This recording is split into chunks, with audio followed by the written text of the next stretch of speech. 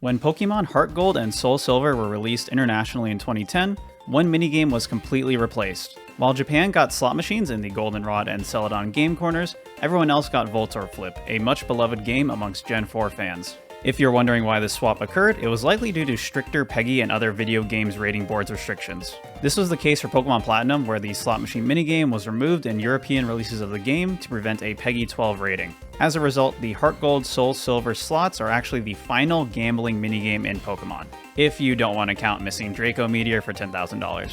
My original idea for this video was to compare all the different gambling adjacent minigames of Gen 4. I ordered a copy of Japanese HeartGold and decided to start with the minigame I never got to play. I entered the Goldenrod game corner, coin case in hand, and hit the slots. Immediately I noticed something. Okay, switching to a live segment here because this is hard to show otherwise. I'm gonna press A and I want you to see how long it takes for the reel to actually stop. So obviously this game is rigged to help you win coins more often. Makes complete sense, but this isn't the part that really surprised me. It's pretty common for the first two reels to be rigged to either a 7 or a Pokeball, meaning you are one hit away from hitting a jackpot. So let's use save states and see what happens when I try to hit it. Maybe I'm just bad. Let me lock in real quick.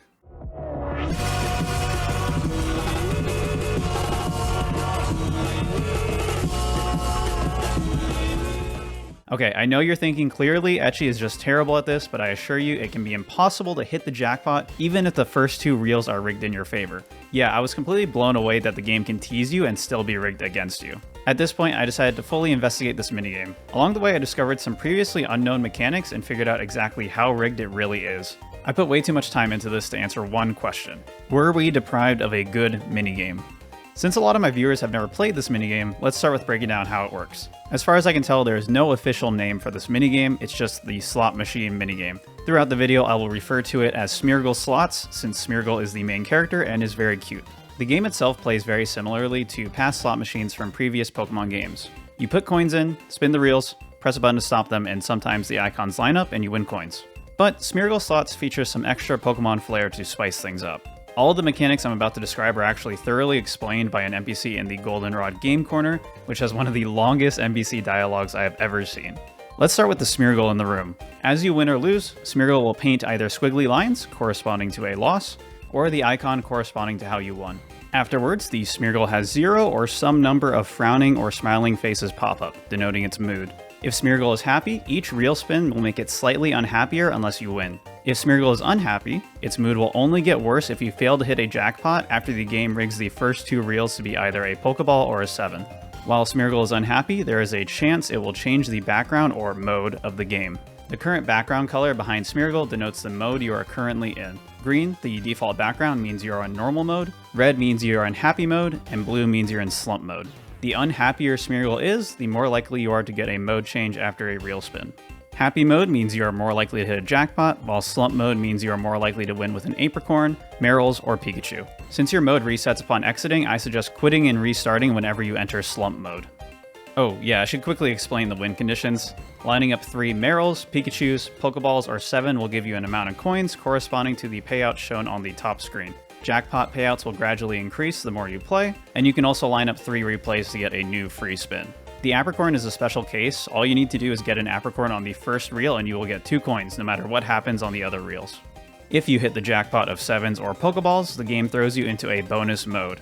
In this mode, you can line up pictures of the Johto starters and get 20 coins or more every round you succeed. This is by far the best part of Smeargle Slots, mostly because it is actually 100% skill-based. Winning every round is possible, although sometimes the reels go crazy fast.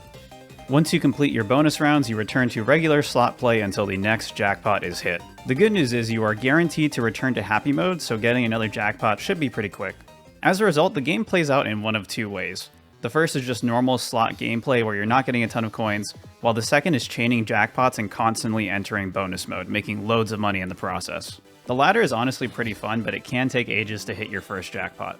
Okay, so that was the main stuff that was already known and documented online. Seems like a pretty straightforward slot machine game, right? But obviously that's not the whole story. Why is the game rigging unwinnable scenarios?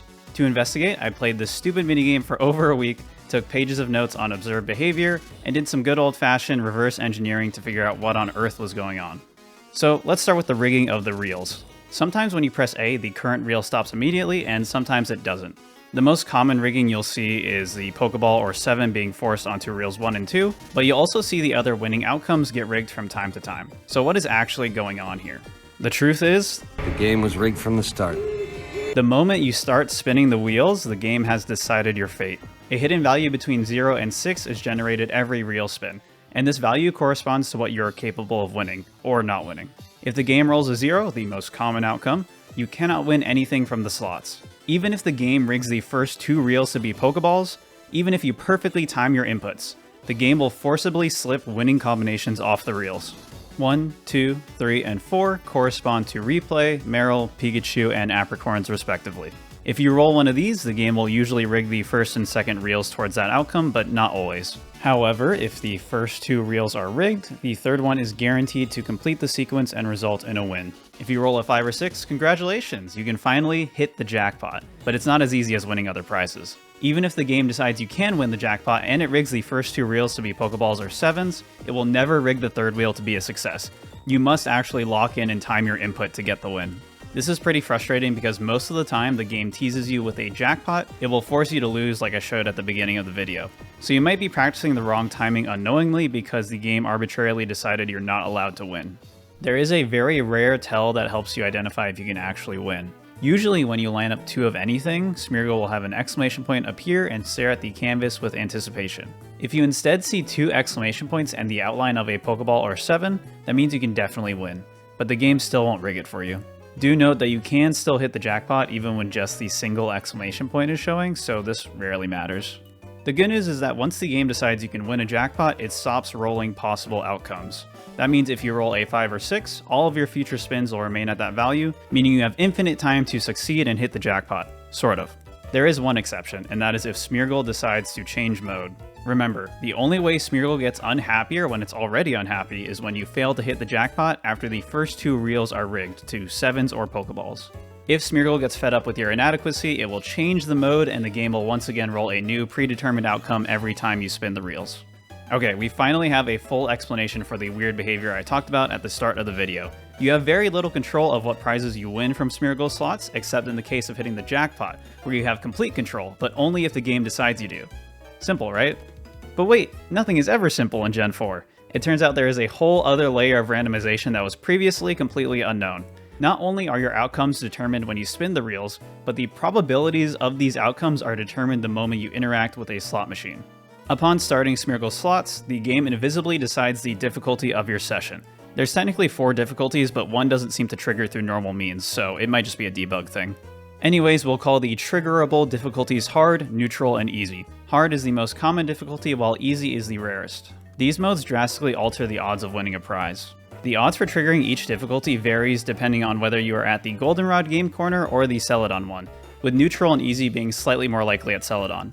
For example, hitting neutral mode in Goldenrod is 35% to happen, while doing the same in Celadon is 38.46%. So if you grind this for whatever reason, I would recommend doing it in Celadon. Let's illustrate how impactful these invisible difficulties are to your odds of winning. I'll document all the odds on my website, but let's start by taking a look at the jackpot odds on hard, the most common difficulty.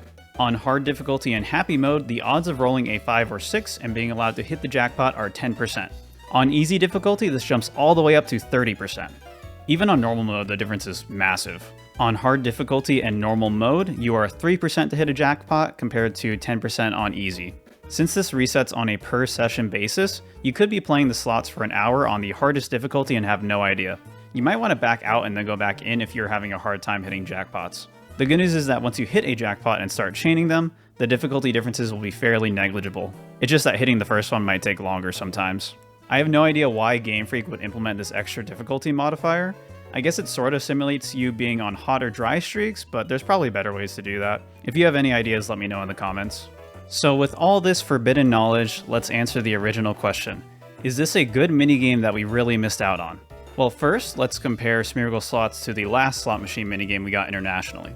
Pokemon Platinum is the last time we got to hit the slots, and honestly, it's awful. Like, this game sucks so bad. It pays a horrendously low amount of coins, and the music is incredibly annoying once you trigger the bonus round.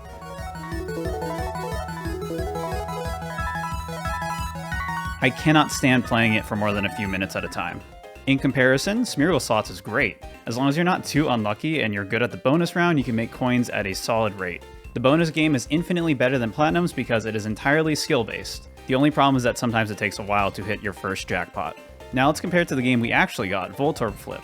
While both these games have random elements, there is actually strategy you can employ while playing Voltorb Flip, which probably automatically makes it a much better minigame.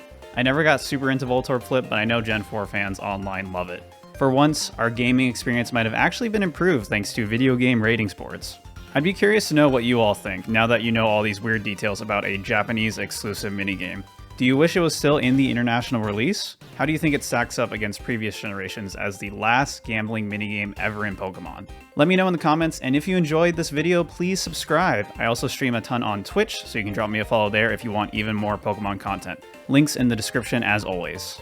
Thank you to my Patreon supporters, and special shoutouts to Froyo, Mithra Was Taken, and Verota for your support. That's going to be it for this video. Thank you for watching and subscribing, and I'll catch you next time.